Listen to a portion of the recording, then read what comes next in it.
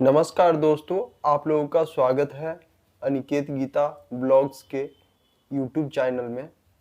दोस्तों, आज मैं अपना जो है चैनल का वो इंट्रो शूट करने जा रहा हूं। दोस्तों, मैं आपका थोड़ा परिचय करा दूं। ये हमारी पत्नी गीता कुमारी, ये हमारी छोटी बेटी गीतांजलि और ये मेरी बड़ी बेटी सुहानी और मैं अनिकेत। दोस्तों, मैं बिहार से वैशाली जिला के एक छोटे से गांव से बिद्दुपुर से बिलोंग करता हूं। मेरा एजुकेशन जो है वो एक आवासीय विद्यालय से हुआ है और आवासीय विद्यालय से होने के बाद हमारा जो है वो 12th बिहार बोर्ड से हुआ और बीए जो है हमने वो दिल्ली यूनिवर्सिटी से किया और एमए जो है वो मिथिला यूनिवर्सिटी से किए। लेकिन इसके बीच में काफ़ी गैप रहा दोस्तों, क्योंकि हम रेगुलर नहीं कर पाए सब।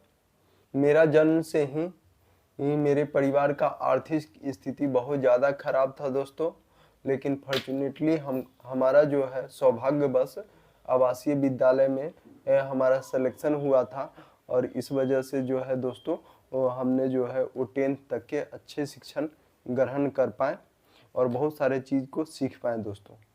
तो 2000 में हमारा जो है वो आवासीय विद्यालय छूट गया दोस्तों और आवासीय विद्यालय छूटने के बाद जो है वो हम बहुत दिन तक के इधर उधर भटकते रहे। उसके बाद जो है हमने एग्ज़ाम दिया और फिर जो है आगे का पढ़ाई जो है वो प्रारंभ कर दिया।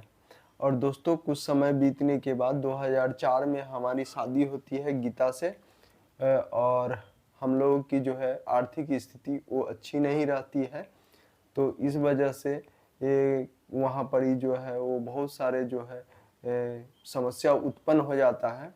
तो इस वजह से दोस्तों हम लोगों को वहाँ से घर छोड़ करके ये हम लोग जो है वो दिल्ली आने का निर्णय लिया और हम लोग जो है वो दिल्ली आ गए 5/5/2005 को। और उसके बाद 5/5/2005 को आने के बाद बहुत सारे दिल्ली में दिक्कतों का सामना किए रहे हैं और हमने जो है वो एक मेटल कंपनी में कार्य प्रारंभ किया और वहाँ पर ही जो है वो हमें सुपरवाइजर का काम मिला। तो साल 2005 से 2009 तक के उस मेटल कंपनी में हम काम किए और उसी दरमियान में 2006 में हमारी ये बड़ी वाली बेटी सुहानी का जन्म हुआ और 2008 में ये छोटी वाली ये गीतांजलि, इसको घर में टुक टुक बोलते हैं, इसका जन्म हुआ। और 2009 में दोस्तों उस मेटल में काम करते हुए मेरा जो है वो ये वाला जो पैर है ये यहाँ से कट गया था दोस्तों। और पैर कटने के बाद हम जो है वो करीबन 1.5 साल तक के हम चल नहीं पाए। इस वजह से हमारा आर्थिक स्थिति बहुत ज़्यादा बद से बदतर हो गया था, हमारी स्थिति बहुत ख़राब थी दोस्तों। और हम जो थे वो रेंटेड रहते थे, लेकिन ये दोनों बहुत छोटे छोटे थे और हम लोग जो थे वो एक अच्छे मकान वाले के घर में थे। उन्होंने बहुत सारा सहारा भी दिया और वो बोले कि जब तक के ठीक नहीं होते हैं कोई बात नहीं, रहो। हालांकि हम जो थे वो उनको रेंट टाइम से दे देते थे। जिस कंपनी में मेरा पैर कटा था उसमें से मुझे आधा सैलरी मिलता था, है ना जी। और दवाई वगैरह का जो है वो खर्च मिलता था, तो हम लोगों को एक भी पैसा नहीं बचता था और दिक्कत भी बहुत ज़्यादा व्याप्त हो गया था। तो उस वक्त को हम लोगों ने जो है वो काट दिया दोस्तों।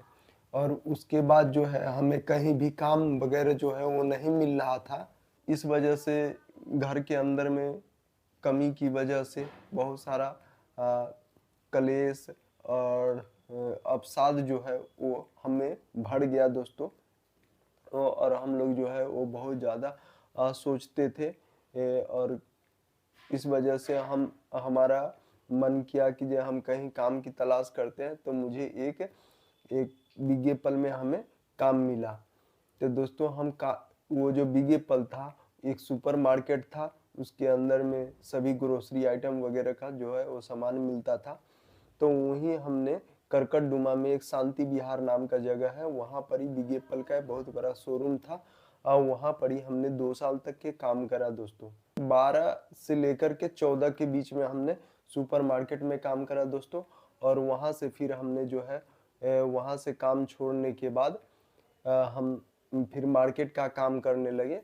तो मार्केट में जो है वो फुटपाथ पे हम लोग जो है वो चप्पल जूते का काम करते रहे और दिल्ली में रहे और उस काम में हमारा इन्होंने बहुत ज़्यादा सहयोग करा, जहाँ तक के कंधा से कंधा मिला करके चलती थी।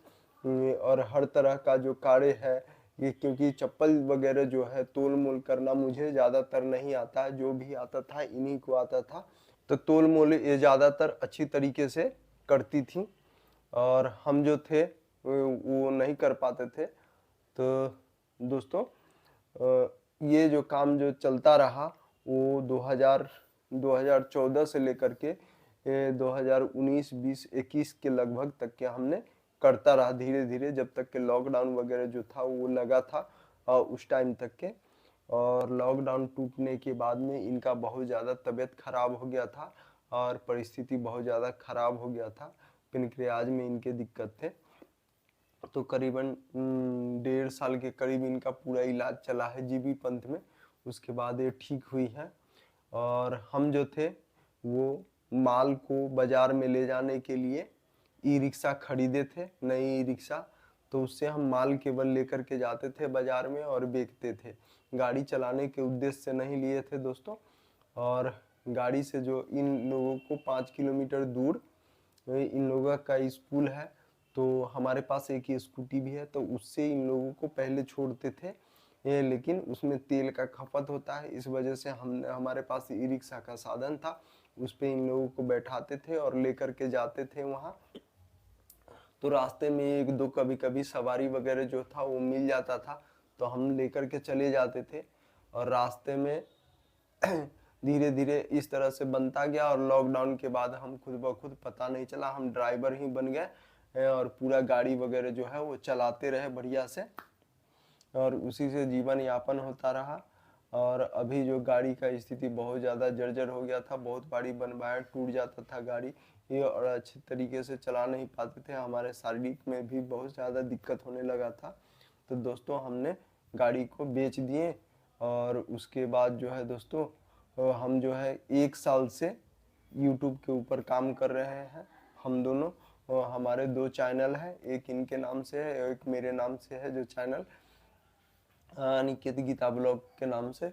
तो दोस्तों इसी के ऊपर हम जो है वो वीडियो शूट करते हैं और आप लोगों को बता दें तो इस तरह से हम लोगों का जो है अभी आर्थिक स्थिति बहुत ज़्यादा खराब है दोस्तों और अभी हम कोई भी काम नहीं कर पा रहे हैं, पूरी तरह बेरोजगार हो रखे हैं। अगर आप लोग हमें सहायता करना चाहते हैं तो हमारे वीडियो को लाइक कीजिए, शेयर कीजिए और कमेंट कीजिए दोस्तों और हमारे चैनल को सब्सक्राइब कर दीजिए और डेली हमारा वीडियो देखिए, हमारा स्थिति जो है वो किस तरह धीरे धीरे जो है वो सुधरता है।